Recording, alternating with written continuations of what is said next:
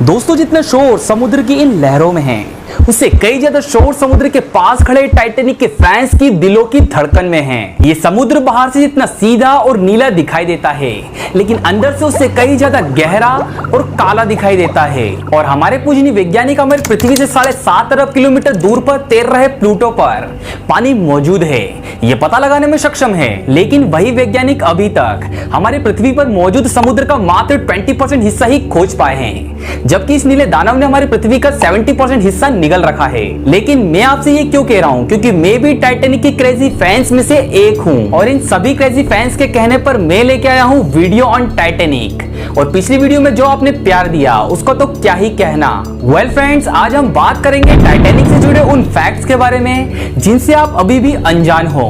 और इसी के साथ ये जानेंगे कि 53,000 टन वजनी ये जहाज पानी पर इतनी आसानी से कैसे तैरता था। और मेरा यकीन मानो, अगर आप टाइटैनिक के फैन नहीं हो तो इस वीडियो को देखने के बाद आप टाइटैनिक के दीवाने हो जाओगे। नाउ फ्रेंड्स, गहरी सांस लो और मेरे साथ चलो इस सफर में। यूके के बेलफास्ट राज्य में नॉर्थर्न आयरलैंड के शिपयार्ड में बनाए गए ये जहाज आज से 109 साल पहले 1912 15 अप्रैल को डूब गया। एक जायंट लग्जरी पैसेंजर शिप जो कभी ना डूबने वाला कहलाता था, वो एक आइसबर्ग से टकराकर न्यूफाउंडलैंड के तट पर डूब गया। इस हादसे में रातों रात 1,500 से ज्यादा जानें चले गई।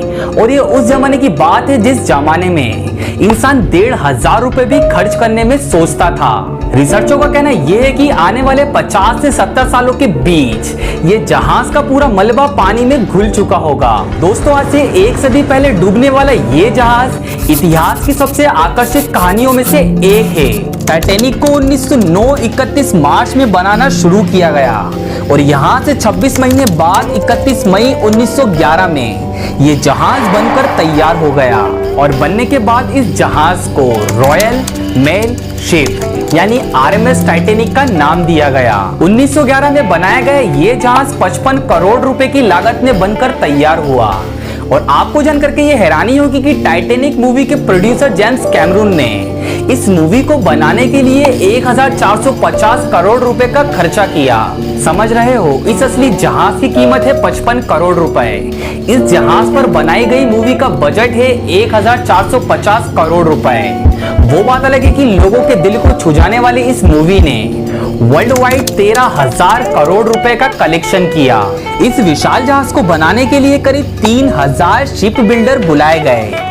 52,310 टन का ये जहाज 882 फीट लंबा था। अनसिंकेबल कहलाने वाले इस जहाज पर 20 इमरजेंसी लाइफ बोट्स अवेलेबल थी और हर एक बोट की पैसेंजर कैपेसिटी 65 थी। लेकिन दुर्घटना के वक्त नाव में लिमिटेड 28 लोगों को ही बैठाया गया। आपके शांत मन को मोह लेने वाला टाइटैनिक का ये इंटीरियर लंदन के 5 स्टार होटल रिट्ज से इंस्पायर होकर बनाया गया था। लंदन का ये रिट्ज होटल सन 1906 में बनाया गया था, जो आज भी सलामत खड़ा हुआ है। और दुर्भाग्यवश टाइटैनिक डूब चुका है। टाइटैनिक अपनी वीआईपी फर्स्ट क्लास फैसिलिटीज के लिए मशहूर था, जिसमें लग्जरियस स्विमिंग पूल, तुर्की बाथ, गेम्स कोर्ट और पर्सनल डॉग्स कैनल शामिल थे। दोस्तों, कभी आपने ये सोचा है कि इतने बड़े जहाज को पावर देने के लिए कितने कोल यानी कितने कोयले की जरूरत पड़ती होगी? वेल दोस्तों, आपकी जानकारी के लिए मैं ये बता दूं कि टाइटैनिक को पावर देने के लिए रोजाना 800 टन कोयला जलाया जाता था। दोस्तों, आपको जानकर के ये हैरानी होगी कि जब टाइटैनिक को लॉन्च किया गया था तो इसके लॉन्च में 1 लाख लोग शामिल हुए। जी हाँ, ये बहुत ही बड़ा नंबर है। वेल दोस्तों, आपको टाइटैनिक के मेंटेनेंस पर क्या कहना है? क्योंकि ऑब्वियसली 882 फीट के टाइटैनिक को मेंटेनेंस करना बहुत ही मुश्किल होगा। तो दोस्तों, टाइटैनिक को मेंटेन करने के लिए लगभग 885 क्रू मेंबर इस जहाज पर मौजूद थे और इन 885 क्रू मेंबर में से मात्र 23 महिलाएं थी।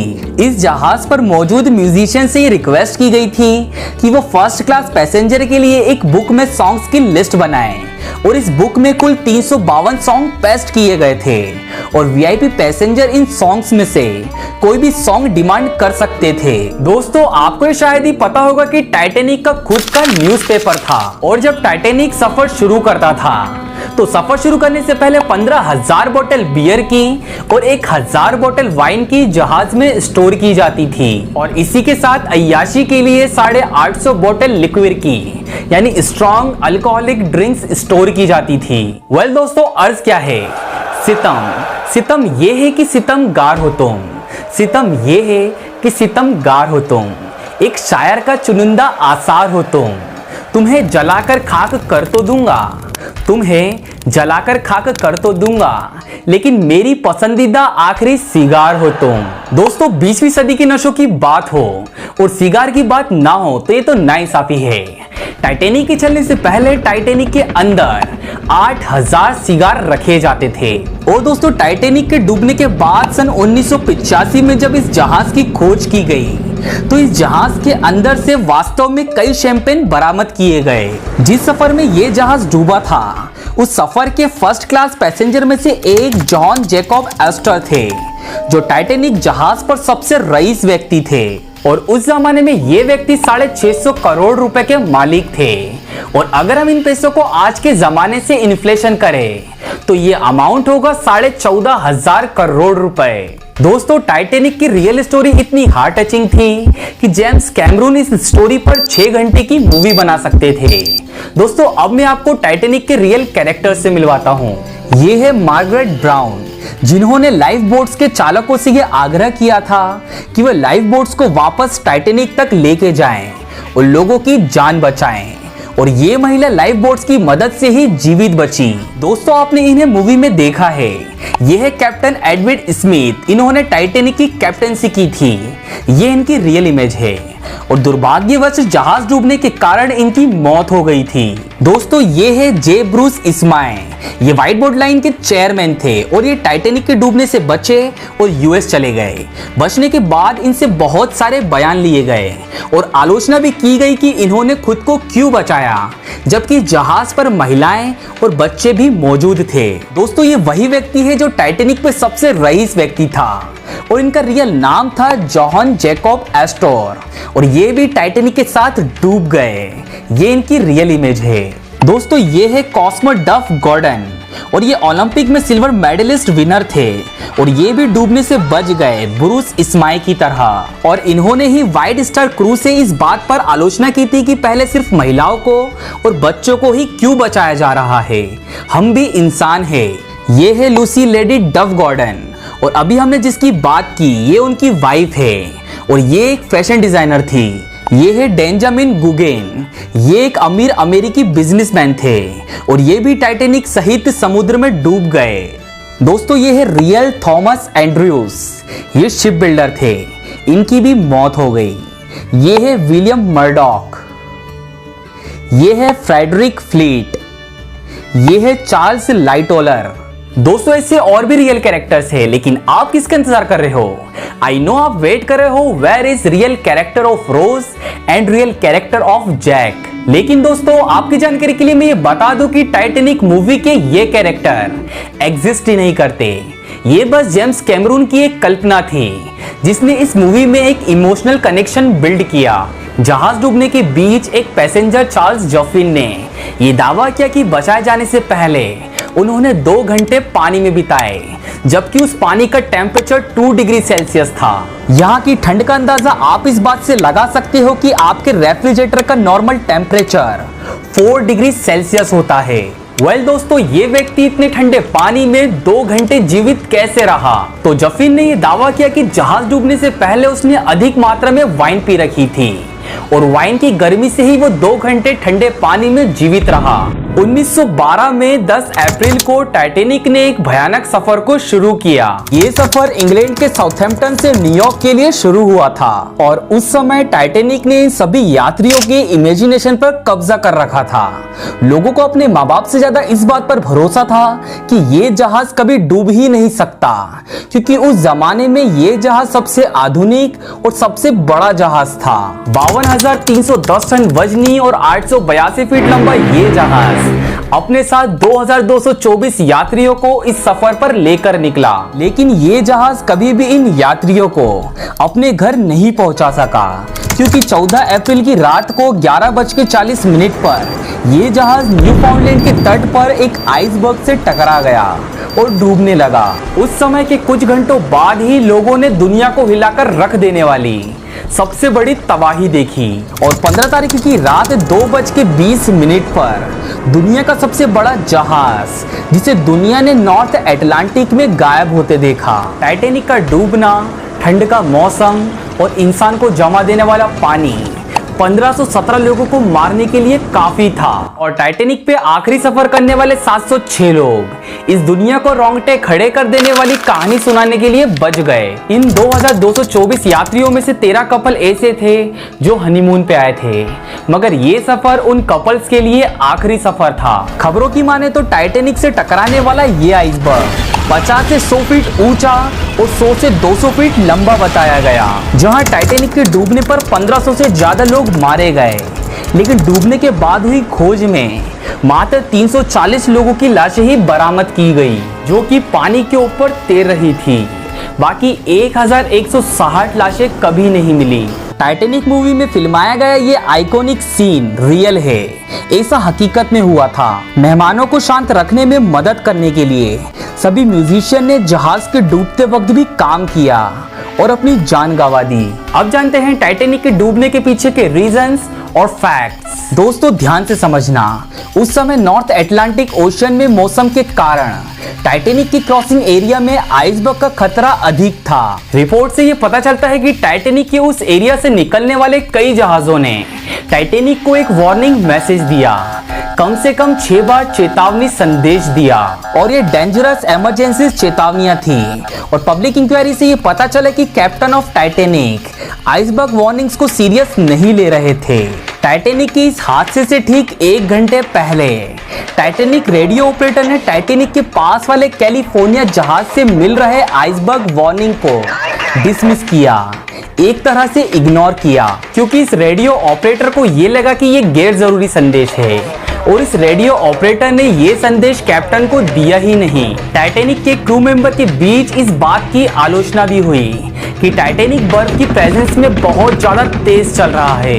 कई रिपोर्ट से पता चला है कि आइसबर्ग के टकराने से कुछ मिनट पहले टाइटैनिक नॉर्थ अटलांटिक के पानी में 40 किलोमीटर प्रति घंटे की रफ्तार से चल रहा था। रिसर्चों में यह भी पाया गया है कि टाइटैनिक बनाते वक्त यूज किया गया मटेरियल परफेक्ट नहीं था। दोस्तों टाइटैनिक को जमाने के हिसाब से बहुत टेक्नोलॉजिकल एडवांसमेंट से बनाया गया था, लेकिन बॉडी को बनाने के लिए जिस स्टील की शीट का यूज किया गया था वो एक अलग किस्म की थी।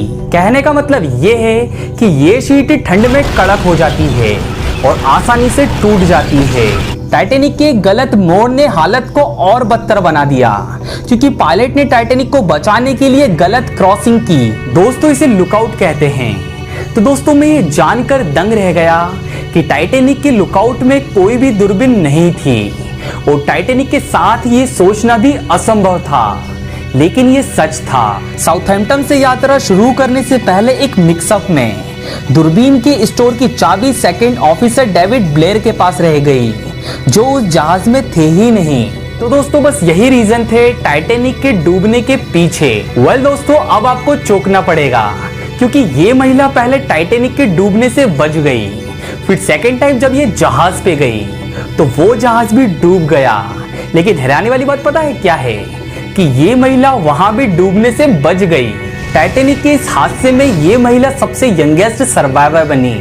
जब ये जहाज डूबा था तो ये 2 महीने की थी और 97 साल जीने के बाद सन 2009 में इस महिला की मौत हो गई। दोस्तों ये है मिल्टन एस। ये शख्स न्यूयॉर्क जाने के लिए टाइटैनिक से सफर करने वाले थे, मगर टिकट की परेशानी के चलते इन्हें किसी और जहाज में स्विच करना पड़ा और ये इस हादसे के शिकार होने से बच गए। नाउ दोस्तों अब जानते हैं 4 करोड़ 74 लाख किलोग्राम का मतलब 52,310 टन का ये जहाज इतनी आसानी से पानी पर कैसे तैरता था। दोस्तों एक्चुअल में हम जब पानी पर किसी बॉडी को रखते हैं तो उस बॉडी पर 2 तरह के फोर्स लगते हैं।